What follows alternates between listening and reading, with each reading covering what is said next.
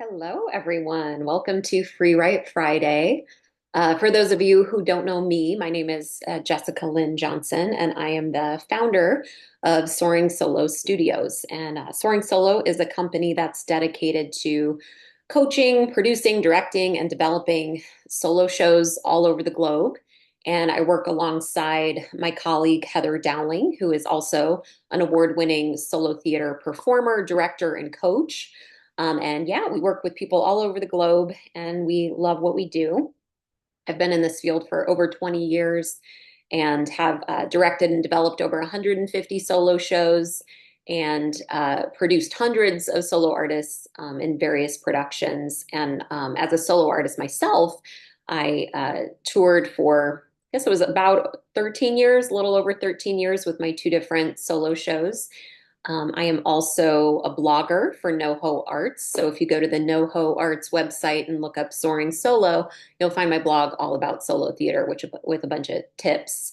And I'm on the advisory board with the Los Angeles Women's Theater Festival. So if you don't know about the LA Women's Theater Festival, definitely look them up. And every so often we do produce events for men as well. And yeah, so that's a little bit about me. I would love to hear from you in the chat. Please say hi. Let me know where you're tuning in from, where you're at in your solo theater journey, whether you're just curious about the whole solo theater thing and not really sure if it's for you, or maybe you're already touring the world, or you've got little excerpts written. Wherever you're at is perfect. And today will hopefully move you forward on your journey. Okay, so the mission of Free Write Friday, if this is your first one, is just really to gather together in creative community, make some progress on your solo theater goals, and learn a little bit more about the writing process for your solo show. So today, let's see, today we are going to be talking about identifying your muses, and I'm saying plural muses on purpose. So I really want you to think about the things that inspire you, that elicit your curiosity, that awaken your passion, that spark your creative flow. And this can be many, many different things. So we really want to be identifying various muses today. So I'm just going to throw a bunch of spaghetti at the wall, and you can see if any of these you identify with. But things like magazines, blogs, books, music, sports, physical expressions like dance or mime or karate. Um, Thinking of things like plays or movies, people that you know or people you don't know, celebrities, political figures, spiritual systems, political parties, memories, social media posts, animals, nature, cities, countries, food, art forms, painting, poetry, art museums, film or theater festivals, amusement parks, dance clubs, concerts. There's so many different things that can serve as muses in our life. And I'd love for you to think outside the box. I mean, even your pet can be a muse for your solo show. I've seen people play their pets in their plays, and it's quite amusing. So I'm going to set my timer for 8 minutes. And what I want you to do is hone in on at least one, it might be many, but at least one muse in your life right now, um, or something that you think could be a muse. And I want you to write about why this is a muse, how it can serve as a muse. Does it make you, does it elicit a lot of feelings? Does it inspire you? Does it make you curious? And another way you could approach this is embodying the muse, envisioning the muse as a character and writing from its perspective. That's something else you could do. But I really want you to just take a moment to hone in on one or more of your muses and write about their influence in your creative process. So I'm going to set the timer for 8 minutes, and know that you never have to share anything that you've written. And in Free Write Friday, we don't go around and share excerpts. That's more reserved for my Saturday class. So this is totally just for you, and there's no way to get it wrong. It's just getting some words out on the page and seeing where you're at with this conversation of having a muse for your solo show. So I will let you know when your 8 minutes are up. If you have any questions, just privately message me in the chat. All right. See you soon.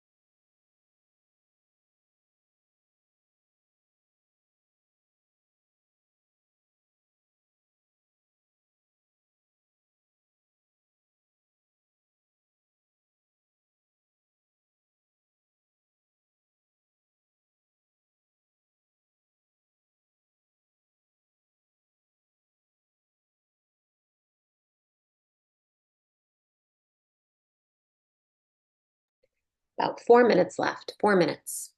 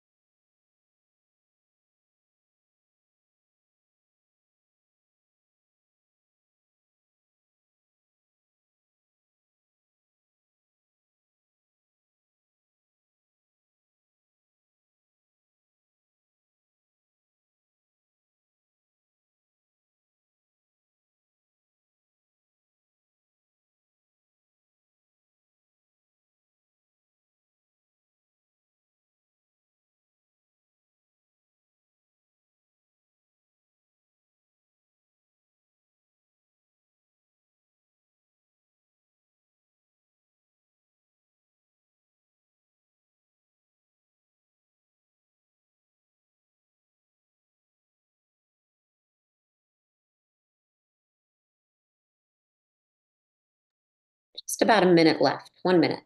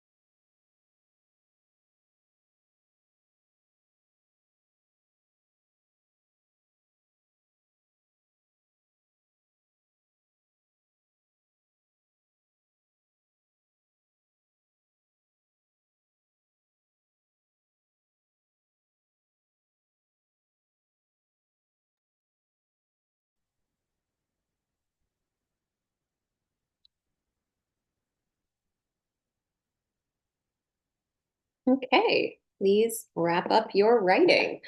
So yeah, just a takeaway to consider from that exercise is, I find a lot of times with my clients, they'll tell me that, when they sit down to write, or even if there's somebody who likes to improvise and record themselves and transcribe later, whenever we get into that process of wanting to work on our solo shows, we will expect that or hope that inspiration is just going to be there, that we're magically going to find the words to say and it's just going to come flowing onto the page. And a lot of times that's not the case. So how do you make progress on your solo show when you hit a wall like that? So to me, really starting to look for your muses all over the place and allow that to be part of your moments of sitting down to write is really important and will help you combat writer's block because we have a lot of things that create writer's block. Perfectionism, procrastination, self-sabotage, the inner critic, fear, all sorts of things like that. So when you can be in relationship to a muse, that can naturally produce a sense of inspiration or curiosity or passion, and get some words on the page and at least get that block to lower so you can get over it and keep writing. For me, seeing live theater, especially really good live theater, if I go see Sarah Jones do her one woman show or something like that, that lights me up, or John Leguizamo, or, there's a lot of people that I'll see on stage that just really excite me and get the wheels turning. So discover what that is for you, and what gets your creativity flowing, to combat writer's block. Okay, so if you look in the chat, you'll see I put a lot of different announcements. We always have a lot going on in the Soaring Solo community to help support you in your journey. I always say that even though it's a one-person show, it definitely takes a tribe, a community, to make it happen, to bring it to fruition. Do not try to do it alone. So here's some different opportunities coming up to get you more involved in the Soaring Solo world. So first up, we have another free event. The Art of Creating the One-Person Play, which is a class I've been teaching for a long time, definitely over a decade. I've kind of lost track of how long I've been doing it.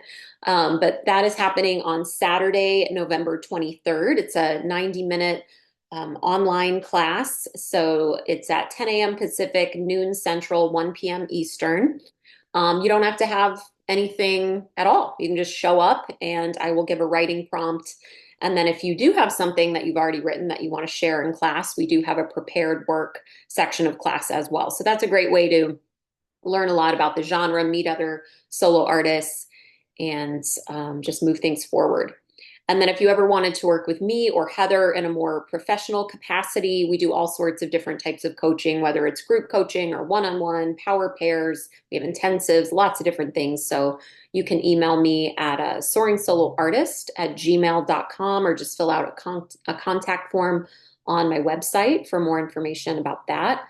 We also produce a series online called Revealed, and Revealed is a virtual reading series where we present a work in progress by a solo artist who is still workshopping their script and they want to get some feedback on what's working and what's not working before it hits the stage. So we have several of our clients are preparing for the Solo Stars series, which Heather and I co-produce at the Zephyr Theater in West Hollywood. That's happening for the first 3 weeks of December. So we have some clients that are prepping for that and wanted to do a Revealed before hitting the stage. And so we would love for you to come out, or come online and be a part of Revealed and watch that. And then it'll give you some insight into how Revealed works in case you want to be a participant and have your solo show script featured on Revealed in the future. So the first one I listed in the chat is called Blackout, a dark comedy about the power of emotions. That's happening tomorrow, November 16th at 4 p.m. Central, 4 p.m. Pacific, 6 p.m. Central, 7 p.m. Eastern. Your tickets are just by donation. So whether it's $1 or $10, all those proceeds go to the artist. This one is Carrie Van Auken, for her production costs. And you get to hear the new script, give your insights, and we have a robust conversation.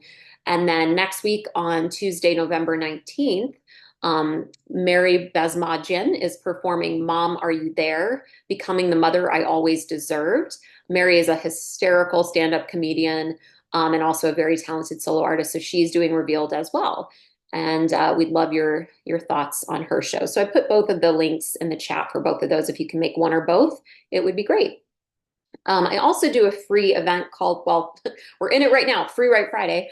And the next one of those is happening on December 13th. So next month, if you like today and want to come back, that's happening at 10 a.m. on the 13th, 12 Central, 1 p.m. Eastern. Just sign up the same way you did today and you'll get your Zoom link emailed to you. And then my YouTube channel has hundreds of videos on it, lots of writing prompts, strategy sessions, testimonials, all kinds of stuff So I definitely encourage you to hit up the Soaring Solo Studios YouTube channel for making progress. And I put that in the chat as well. And this is going to get uploaded to my YouTube channel as well. What else? Yeah, I also promote getting involved in the festival circuit. I think whether you're a new solo artist or you're further along in your solo theater journey, the festival circuit is just such a wonderful way to network, to build your solo theater resume, getting award nominations and wins, to get reviews, to just have some deadlines enforced and a stake in the ground to work toward. I mean, there's so many reasons to be a part of a festival. So here's a few. The Binge Fringe Festival, that's over at the Santa Monica Playhouse. That's grant funded and usually happens in the fall, although due to they had a flooding situation. So it's actually going to be happening in, I think, January, February, and March this year, and then again in the fall. But they're great. And the New York City Fringe Festival, which I believe is called the Frigid Festival now, Orlando Fringe, Hollywood Fringe, the LA Women's Theater Festival, and then the Soaring Solo Star series, which I was telling you about earlier, are just a few. But there's so many. There's the Philly Fringe, the Atlanta Fringe. I mean, I could go on. So just look in your area, see what types of festivals are happening. And even if it's not specifically a solo theater festival, but it's an arts festival or just an ensemble theater type of festival, a lot of times they will allow solo shows to be a part of it, or you could pitch your solo show and might be the first one that they take on. So that is something I definitely recommend. And lastly, I put the link to my NoHo Arts blog so you can read some of the blogs and get some information that way. So I know that was a lot, but hopefully that was advantageous for you on your journey. Do not hesitate to reach out if you have any questions. And certainly if you want to book some time on the calendar, just let me know. But this was wonderful. And thank you so much for being a part of it today. I'm going to jump off, but I will leave the chat up for a few minutes in case you're jotting things down. Thanks, everyone. Have a great weekend.